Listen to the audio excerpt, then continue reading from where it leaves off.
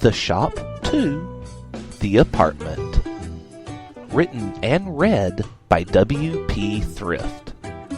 You can find me at Lantis Armstrong on Twitter.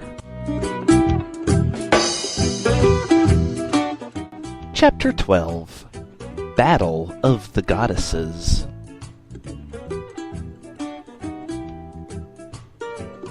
Radix nearly pissed himself when he turned and saw Miranda standing right there behind him. But he kept a stern expression, just trying to pretend like he was playing it cool. He internalized a prayer to the gods of adrenaline that they wouldn't fail him now, because the second he came off of this adrenaline high, he was going to have to curl up into a ball and cry himself to sleep from all the pain, stress, and general weirdness going on today. Whoa! No way! Miranda actually sounded excited right now, which blew Radix's mind. Is that seriously the 1,000-year-old monster of legend? Well, imprisoned for 1,000 years. Lord knows how old she is. Radix, despite his fear, still had to make an academic correction. He was just compelled to do so. Miranda looked the monster up and down, and thought to herself if only the hair was pulled back and the eyes would stop glowing, Fabribus would actually look like any normal lady you would see walking down the street. Perhaps more like a homeless lady, given the tattered dress. But still. Alcyone floated down from the ceiling, smirking at first as she was certain that now that Radix was cornered, she could end him. Miranda may prove to be a bit more of a pain, but she would figure something out. However, her calm demeanor cracked when she saw her sister. She knew that she would be down here, but she could not have prepared for the emotional toll seeing her again would bring with it. Not that Alcyone hadn't seen her in 1,000 years. She did visit her once or twice a century, begging her to come to her senses, to rejoin her in the world above. But Fabribus only grew more and more insane the longer she stayed imprisoned. That damned orb she had found, it had poisoned her mind irreversibly. The things Fabribus had done once it began to whisper mad thoughts to her were things that she could never take back, never look herself in the mirror again. And so, Fabribus could either hate herself to the point of destroying herself, or she could embrace the madness and continue to be the monster she had become. "I see that you have met my sister," Alcyone said. "Truly, it must be vindicating for a fledgling scholar to learn everything that they have read in their research to be true." Radix thought to himself that finding one monster in a cage didn't prove anything, but decided not to argue such a pedantic point. "Okay, where's Amy?" Radix demanded. "She should be here trying to free this thing controlling her, right? What did you do with her?" "Why do you assume that I did anything?" Alcyone cocked a brow. "I just learned that her possession even happened. I thought your capacity for logic exceeded that of the common fool. You disappoint me, Radix. Perhaps I should feed you to my monstrous sister. After all, your blood would taint my hands."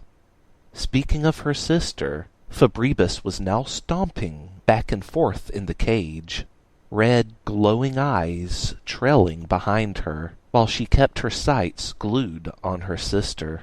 There was so much animosity in her movements, jagged and threatening, teeth gnashing at the air, and fists clenching and unclenching. "Huh," Miranda observed. "It looks more like she wants to feed on you than him." Alcyone flinched at that, and began summoning up more of her spooky golden rain that poured only around herself. This did not go unnoticed by either Radix or Miranda. "Think we should, I don't know, let her sister out and see what happens?" Radix suggested. Miranda looked quite worried at the idea of opening the cage. "I don't know," Don't they say it's better to deal with the devil you know, rather than the devil you don't? We don't really know either of them, Radix pointed out. Then he turned to Fabribus and asked her, So, do you have any input on this? Fabribus replied by screaming incomprehensible eldritch bellows at Radix. Yeah, that's not exactly helping your case, now is it? Radix replied. He looked back at Alcyone, fretting, but couldn't make up his mind one way or the other. He was locked in the grasps of analysis paralysis. Do not flirt with such a dangerous idea, Alcyone spat. Even if you had the capacity to free her from a cage that's withstood the test of time for 1,000 years, you'd never be able to control the beast you would unleash. Right, so where's Amy then? Radix said. We'll just collect our party and head home. Sound good to you? Alcyone fought with herself for a fraction of a moment, but pushed those thoughts down. Amy was going to be her sister's ticket to freedom, keeping the monster caged up down here while letting her mind freely re-enter the world, albeit shackled and closely controlled. Controlling the body of a goddess was nearly impossible, but controlling the body of a teenaged girl? That was a far more simple task. Radix's katanas had been lost along the way, but using a special ninja skill he resummoned them from wherever they were dropped, and turned to plunge the blade into Fabribus's lock after Alcyone failed to respond in time. He didn't want to give her a chance to start doing any more of her crazy bullshit magic on him. Alcyone slung her hand horizontally, and Radix's body went flying horizontally across the cavernous sub-basement, smashing into a stalagmite on the ground in the distance. He only then noticed just how large and cave-like this room was, but was in too much pain to fully appreciate how cool the long, stretching dark corridors and brightly glowing blue moss on the walls here and there all were. Do not ever try that again, Alcyone scolded loudly, her voice echoing throughout the sub-basement. If you do, I will not only kill you, but I'll have Amy, possessed by my sister, hunt down and slaughter every last person you have ever called friend. Miranda gasped, thinking such threats were totally uncalled for. In fact, now feeling rather cross at Alcyone, who was giving Radix her full, undivided attention, decided to look around for the biggest rock on the floor she could find. Miranda heaved up a rock the size of a melon, then slowly waddled over towards Fabribus's cage, her movement staggered due to the weight of the rock. Fabribus watched this with sudden, intense interest. Wham! The rock came down squarely on the cage's lock, shattering it in a single blow. While the lock was forged to be nearly unbreakable 1,000 years ago, time had long eroded much of its strength. No, you fool! Alcyone had noticed this, and was freaking out about it. Miranda grabbed the cage door and swung it open. There was a symbol carved in the ground beneath it, one which had cursed the inhabitant of the cage with a powerful magic dampening field. It was so worn down already that it was barely visible, and as the large iron door swung open, it scratched off enough of the symbol to completely nullify its effects.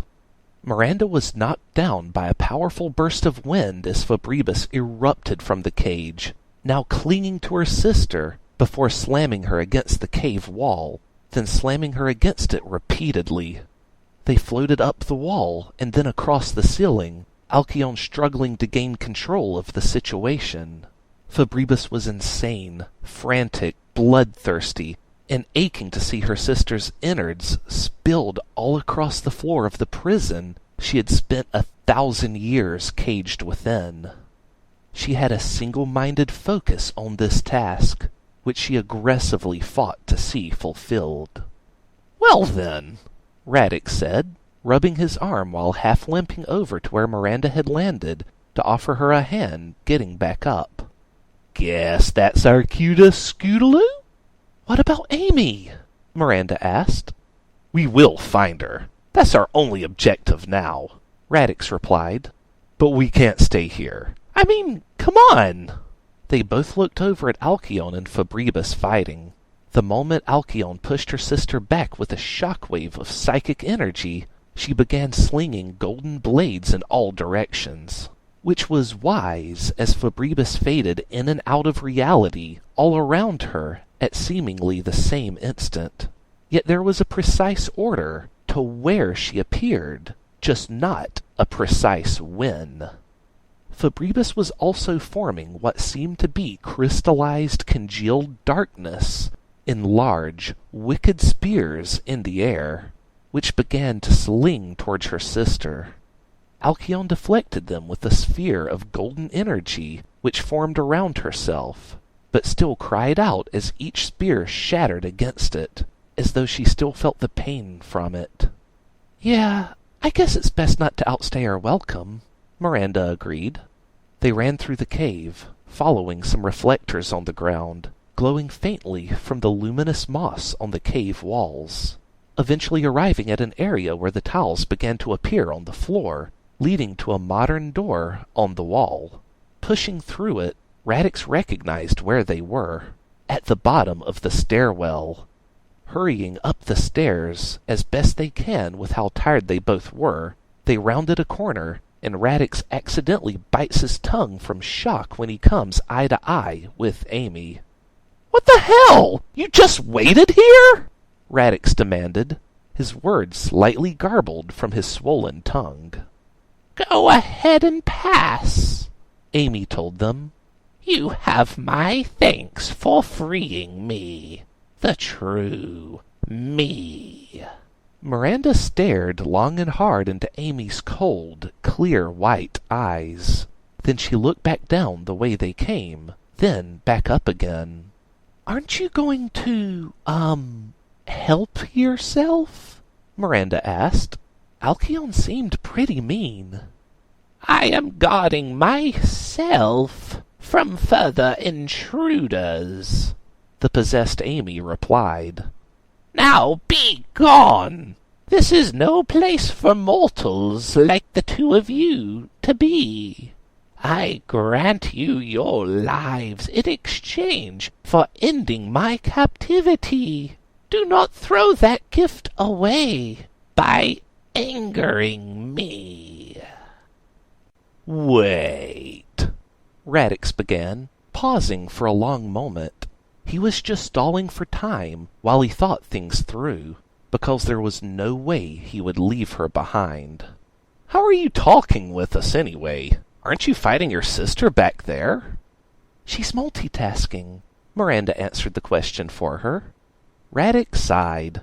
He didn't care how she was doing it, he just wanted to keep her talking. Getting annoyed, the possessed Amy knocked both of them back down the stairs telekinetically. "Run for your lives, now!" the possessed Amy barked. "That was only a warning strike." They both lifted themselves up painfully from the ground, filling their necks to make sure nothing was broken. Surely that could have killed them both. Perhaps Amy had controlled their fall without them noticing, to make sure they didn't die from it. "We're gonna run, right?" Miranda asked. "Yep," Radix replied. And they both ran, back in the direction they came. Amy could be heard screaming at them both not to go back that way, and moments after they came back through the door, running deep into the cave, the door burst off its hinges, and Amy came floating through, a white sphere of energy around her, causing her to float just off the ground while she moved. "Just to make sure that we're on the same page here," Radix began, "we are going to try and kill Fabribus, right? Maybe while Alcyone has her distracted?" "What? No! Well, I mean..." Miranda hesitated. "I just thought we could force her to let Amy go. There's got to be a way to do this." Either way, they had both decided Fabribus was the answer to saving Amy, so they couldn't leave. even if it meant possibly trapping themselves in a cave full of crazy psychic goddesses. Radix was glad that Miranda was here. He wondered if he would have lost his nerve long ago if he were alone. He was driven by his desire to help his friend, but this whole situation just felt wildly out of his control, like he was contributing nothing more than merely being an observer of events far beyond human comprehension. Exactly what he expected to happen, happened. In hindsight, he felt silly for ever expecting anything better than this to just magically occur. Radix and Miranda found themselves between the two warring goddesses, Alcyone and Febribus, and the possessed Amy coming up behind them. They were blocked in both directions, trapped between walls of energy, and surrounded everywhere else by stone. "I understand now," the possessed Amy said. "Your mind cannot be swayed. You have chosen to remain here and die. So be it. Die." The possessed Amy raised up her hand, and a sphere of energy manifested itself in the air while she floated steadily towards them. They both backed up, but several blades, gold and black, slammed into the ground behind them. The two fighting goddesses weren't aiming for them, but they were frantically dueling one another and didn't care what got destroyed in the process. Radix just sighed and said, "Well, we're fucked." The possessed Amy went to slam the energy ball down on them. When she began to scream and all the energy around her dispersed, she collapsed to the ground, convulsing in pain.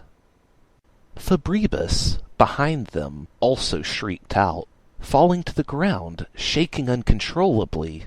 Except with her, the ground around her also shook, cracking and splintering in large circles that continued to splinter out in a spiderweb pattern beyond that, on and on, as her sphere of influence increased.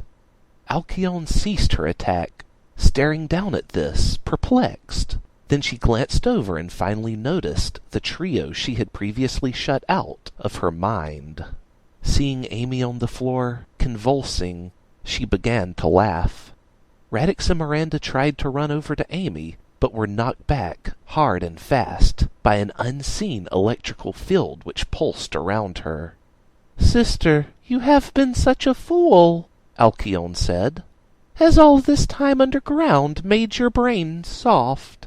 You can't help yourself. You've manifested entirely at two different points on the same world. Getting this close to yourself has created a power feedback loop, which will destroy you. I will grieve for you. I truly will. But you must die here."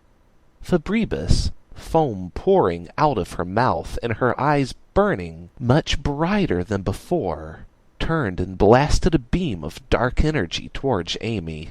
It struck her, and an unseen field of energy shattered around her. This was perceived by the goddesses, but the mortals were left confused as to what had happened.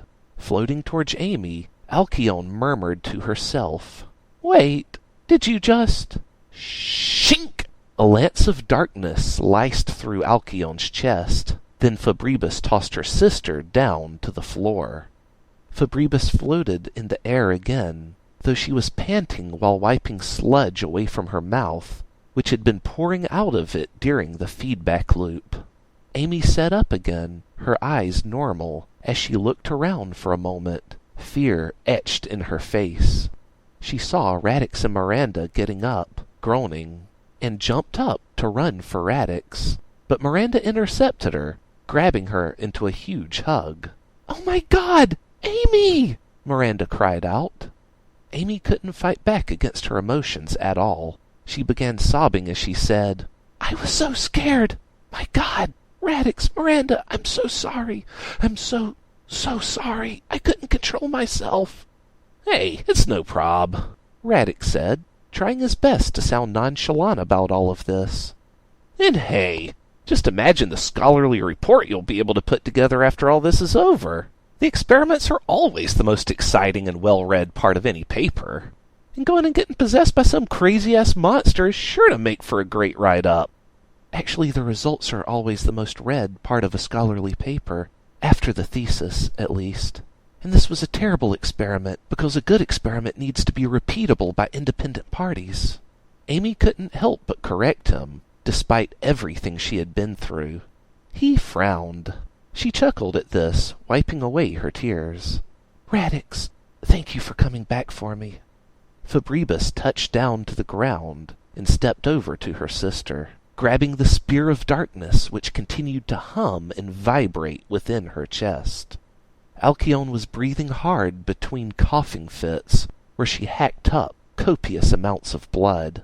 Fabrebus twisted the spear, and Alcyone cried out in agony. "Sister!" Fabrebus said, smirking. "Die!" She plunged the spear deeper into Alcyone's chest while violently jerking it around. After an ear-splitting screech, Alcyone went limp. A knee-high fog of darkness began to rapidly roll in from out of nowhere, covering the floor of the cave and centering around Fabrebus's feet as she began walking towards the mortal trio. "I hope you all understand, but I cannot let you go again!" Fabrebus's voice was different from that of the possessed Amy earlier. "My only offer of mercy will be to make your deaths as violent as your mortal brains could possibly fathom!" "Oh, well fuck you too then!" Radix shot back at her. "You're not helping!" Miranda shouted at him. Fabrebus then blasted the trio with a massive beam of dark energy, which flooded over them, engulfing them, and then the energy exploded from around them, forced back by a massive glowing shield of white energy. It originated from around Amy, who stood between Radix and Miranda, one hand extended towards the sky, her eyes glowing white once more.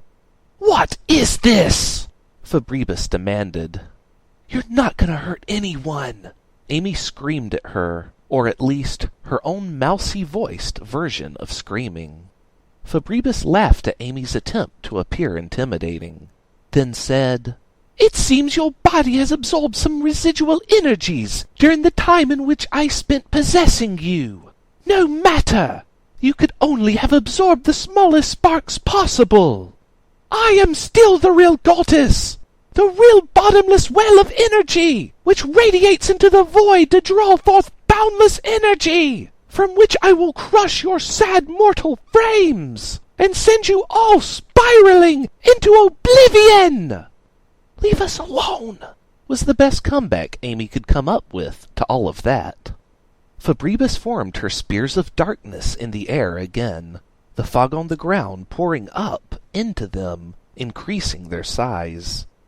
The first one tried to fling towards Amy, but was caught by the white light manifested from Amy's newfound psychic abilities. Then the rest of them were encased in light, erupting in the air, sending sparks raining down over Fabrebus, forcing her to jump back, shielding her face with her arms. When Fabrebus shot her arms back forward again, trying to grab Amy and slinging her away telekinetically, the same white barrier surrounded Fabrebus, and the fog was blasted away from her feet at the same time, quickly disappearing from the cave altogether. Amy marched over towards her, Radix and Miranda staying back and just exchanging glances, trying to non-verbally decide if this was something they needed to be helping with or not. They both decided that Amy probably had it under control. "This is impossible!" Fabrebus screamed out. "I cannot move! How are you doing this?" "The Book of Voids, Volume 28, Chapter 23, 3rd paragraph through the 18th. It explains it in detail. Are you familiar with it?" Amy asked. "You said the void is where you got your powers from. So that reminded me of those passages.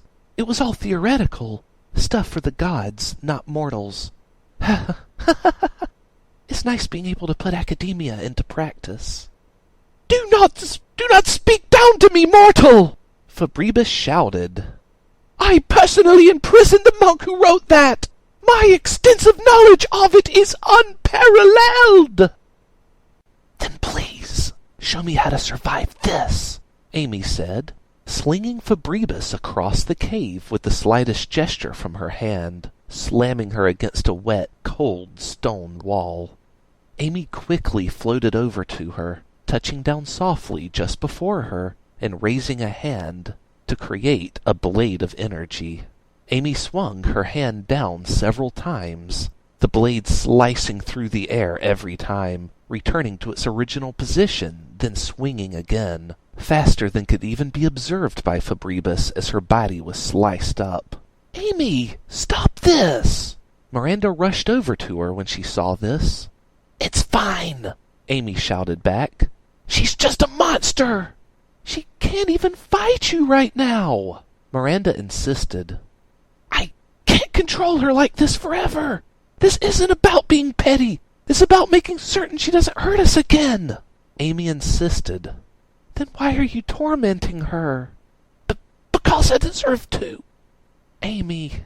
Miranda put a hand on her shoulder, and the blade immediately stopped its attack. Amy flinched, but refused to look back at her. Just stop.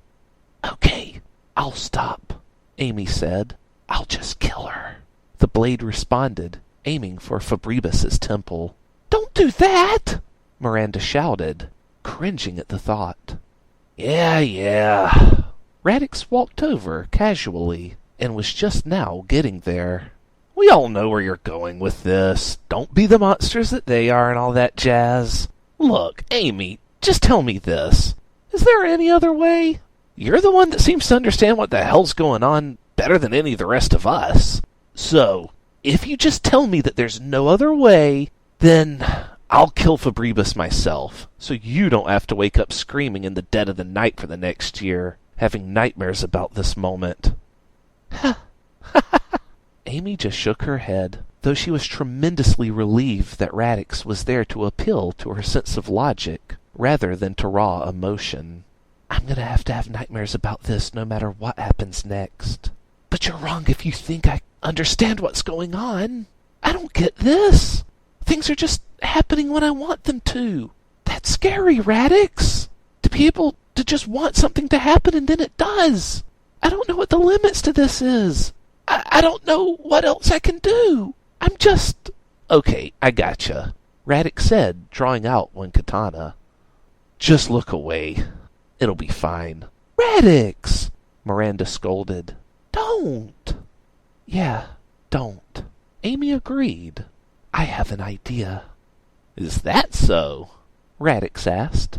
Amy turned back towards Fabribus and began peering through her mind. It wasn't something alien to her at all. She had felt the inner workings of the mad goddess the entire time she had been possessed. It was more than academic writings or just willing things to occur that let her control her newfound powers. She had lied about that. Lied because the truth scared her to death. She had been mentally putting herself in Fabribus's shoes with every psychic or magical action she had taken. Fabribus had left a scar on her mind, and tapping into that scar let her tap into everything she had done so far. Amy had always thought that she had found humanity unpleasant, but she was blown away by the deep, seething hatred of all things mortal which Fabribus possessed. And now, delving through Fabribus's mind came completely natural to her. And so, when things did begin to feel alien, she knew she had found what she had been searching for. A truly alien sensation to Amy. A love for humanity. A wide-eyed, innocent look at the world. She traced these early memories of Fabribus right up to the point in which a dark shadow had overtaken her life.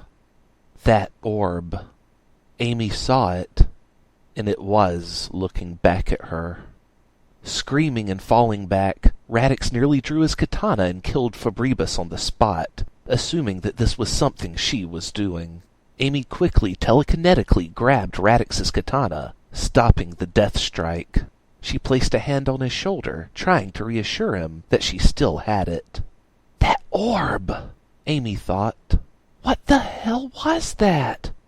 It's so dark. It's impossibly dark. It was... She stopped thinking about it. What it was didn't matter.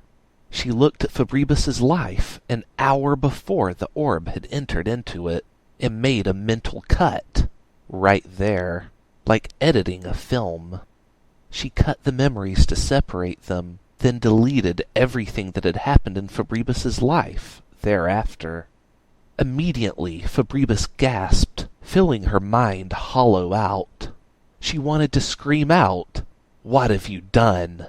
But the thought to scream those words were lost before she could even say them, her memory foggy, fading away. Suddenly, she didn't know what she was doing here, in this cave, surrounded by these strangers. She tried to move, but felt herself physically trapped in place. "Who are you?" she demanded. "What do you want? My sister will get angry if she sees what you've done." "What the hell?" Radix asked. Amy let go of her psychic bond over the goddess. "She's Talitha again," Amy said. "Who?" "Talitha, her birth name. I erased her memories of the past 1,000 years. Everything that happened just before the first moment she set down the road to becoming Fabribus," Amy explained. Talitha, now able to move, brushed the long hair out of her face. It fell back into place. Miranda offered her a hairband, and Talitha reluctantly accepted it, as she was scared of these three. But all the same she accepted the gift, and used it to tie her hair back into a ponytail. Her eyes no longer glowed red, but her flesh was still hacked up, and blood poured freely from the many wounds Amy had inflicted her with. "What happened to me? Did you do this?" Talitha demanded. "Where is... Alcyone?" Talitha suddenly saw her sister's body, and quickly pushed herself up from the rocky wall she had been up against, shoving everyone out of her way as she went running across the room to grab her sister and hold her close. She cried over her, completely devastated by this. The huge hole in Alcyon's chest was now bleeding freely, as the dark spear had been dispelled. Blood gushed over her white dress, transforming the entire lower half into a red dress. All recollection of this being her own doing was gone, and Talitha was now mentally nothing more than a scared child, crying over her gravely injured sister. That concludes Chapter 12 of The Apartment. Tune in every Tuesday for new chapters. If you would like to reach me, you can do so at Lantis Armstrong on Twitter. That's LANTISARMSTRONG. Thank you for tuning in, and we hope you'll join us again for next week's chapter, Aftermath.